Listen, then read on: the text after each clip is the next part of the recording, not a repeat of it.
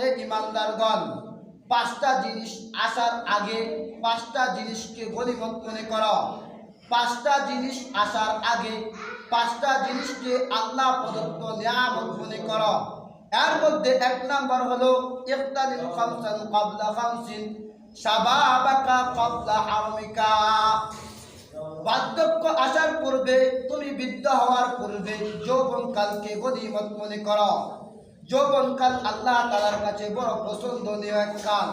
এই যৌবনকালে কোন বান্দা যদি আল্লাহ তাআলার ইবাদত বন্দেগী করে, এই যৌবনকালের ইবাদত আল্লাহ তাআলার কাছে কেমন প্রিয়। এই যৌবনকালে কোনো বান্দা যদি আল্লাহ তাআলার ইবাদত বন্দেগী করে, আল্লাহ পাক রব্বুল আলামিন ওই বান্দা যদি বৃদ্ধকালে ইবাদত বন্দেগী না করতে পারে, তাহলে ওই বান্দাকে বৃদ্ধকালেও এর সব দিয়ে যাবে। যৌবনকাল কেমন কাল?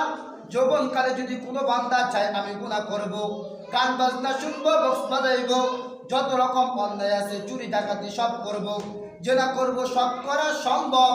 কিন্তু বৃদ্ধকালে একজন মানুষ চাইলেও সে জিনা করতে পারে না, একজন মানুষ চাইলেও সে চুরি করতে পারে না, একজন মানুষ চাইলেও সে ডাকাতি করতে পারে না, একজন মানুষ চাইলেও কি কোনো খারাপ আল্লাহ তাআলার নাফরমানি করতে পারে না। এজন্য আল্লাহর রাসূল সাল্লাল্লাহু আলাইহি ওয়াসাল্লাম বলে, তুমি যখন এই যৌবনকাল পাইছ, এই যৌবনকালে বেশি থেকে বেশি নেক আমল করো, ইবাদত বন্দেগী করো। এখন তো আমাদের দেশে দেখা যায় যৌবনকালে আমোদ ফুর্তি যত রকম অন্যায় আছে সব কাজের মধ্যে লিপ্ত।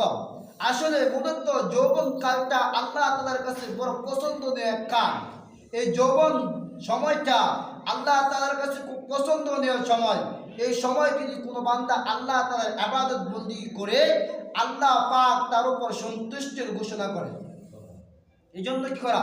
যৌবনকালে বেশি থেকে বেশি নেক আমল করা, গুনার কাজ থেকে নিজেকে বিরত রাখা, গুনার কাজ না করা। তারপর আল্লাহর রাসূল সাল্লাল্লাহু আলাইহি সাল্লাম বলে, ওয়াসিহাতাকা ক্বাবলা শুগলিকা। পাঁচটা জিনিস তোমার কাছে আছে, এই পাঁচটা জিনিস শেষ হওয়ার আগে এই পাঁচটা জিনিসকে তুমি মূল্যায়ন করো, কদর মনে করো।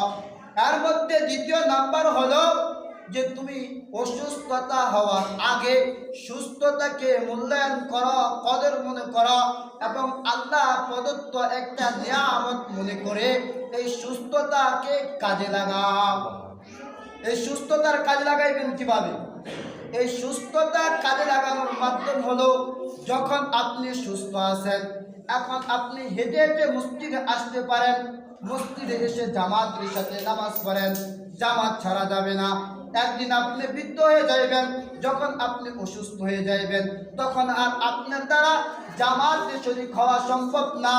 আল্লাহর রাসূল সাল্লাল্লাহু আলাইহি সাল্লাম বলে, কোন বান্দা যদি সুস্থ অবস্থায় আমি আল্লাহর ইবাদত বন্দেগী করে, নফল ইবাদত বন্দেগী করে আমি আল্লাহ অসুস্থ অবস্থায় তার এই নফল ইবাদতের সব দান করে দেব। এই জন্য সুস্থ আছে, এখন ইবাদত বন্দেগী করা দরকার আছে কিনা? তাহলে ইবাদত করা যাবে কিনা?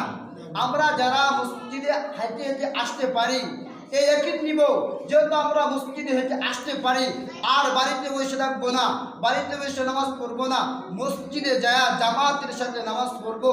আর আমি যদি এই সুস্থতার সাথে, সুস্থতা অবস্থায় জামাতের সাথে নামাজ পড়ি, আল্লাহ পাক রব্বুল আলামিন, আমি যখন অসুস্থ হয়ে যাইব তখন আল্লাহ পাক রব্বুল আলামিন আমাকে জামাতের সব আমার আমলনামায় দান করে দিবে। এই জন্য কি করা? সুস্থতার কদর করা, সুস্থতাকে আল্লাহ তাআলার নিয়ামত, গনিমত মনে করা। আল্লাহর রাসূল সাল্লাল্লাহু আলাইহি সাল্লাম বলেন, ওয়াসিহাতাকা ক্বাবলা শুগলিকা। এই জন্যই রাসূল কারীম সাল্লাল্লাহু আলাইহি সাল্লাম বলে, তুমি অসুস্থ হওয়ার আগে সুস্থতাকে আল্লাহ তাআলা প্রদত্ত নিয়ামত মনে করো এবং বেশি থেকে বেশি ইবাদত বন্দেগী করো। ওয়াগিনাকা ক্বাবলা ফাকরিকা। ৩ নাম্বার, ওয়াগিনাকা ক্বাবলা ফাকরিকা।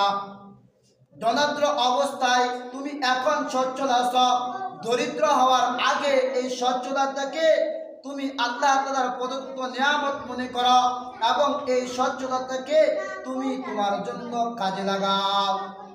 কারণ মানুষ ধনাঢ্য সবসময় থাকবে, ধনী সবসময় থাকবে এমন না। এখন সচ্ছল আছো, এক সময় তুমি অসচ্ছল হয়ে যেতে পারো।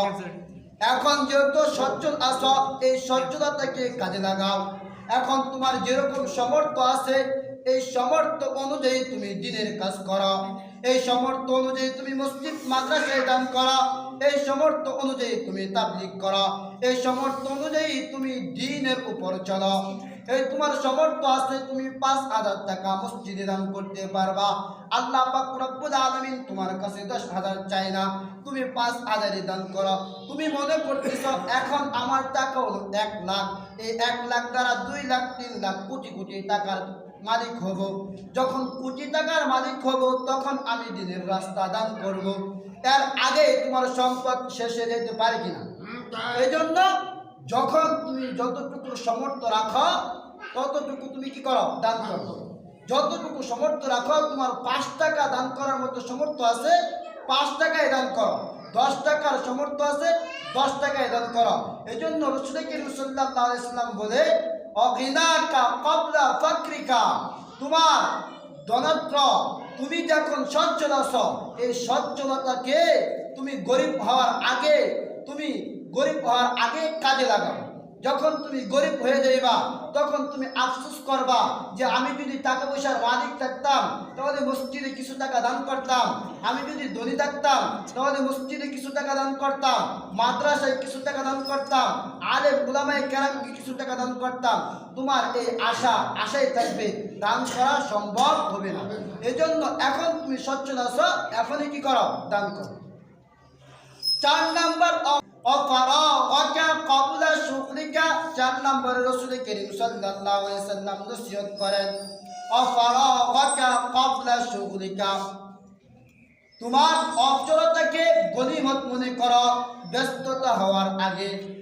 তুমি তোমার অবসর সময়টাকে আল্লাহ তাআলা প্রদত্ত নিয়ামত মনে করো তোমার ব্যস্ততা আসার আগে। কারণ তুমি যে কোনো সময় ব্যস্ততায় পড়ে যেতে পারো। এখন অবসর আসো, আল্লাহ তাআলার নামাজ হুকুম পালন করো, নফলগুলো আদায় করো, নফল রোজা রাখো, রাসূল কারীম সাল্লাল্লাহু আলাইহি সাল্লামের সাথে দুরূদ পড়ো। যত ইবাদত বন্দেগী আছে এই অবসর সময়ে তুমি করে নাও। কারণ তুমি যখন ব্যস্ত কাজের মধ্যে পড়ে যাইবা, ব্যস্ততায় পড়ে যাইবা, তখন তুমি চাইলেও আল্লাহর কোরআনকে তেলাওয়াত করতে পারবা না, তুমি চাইলেও আল্লাহর জিকির করতে পারবা না, তুমি চাইলেও রাসূলের সাথে দুরূদ পড়তে পারবা না, তুমি চাইলেও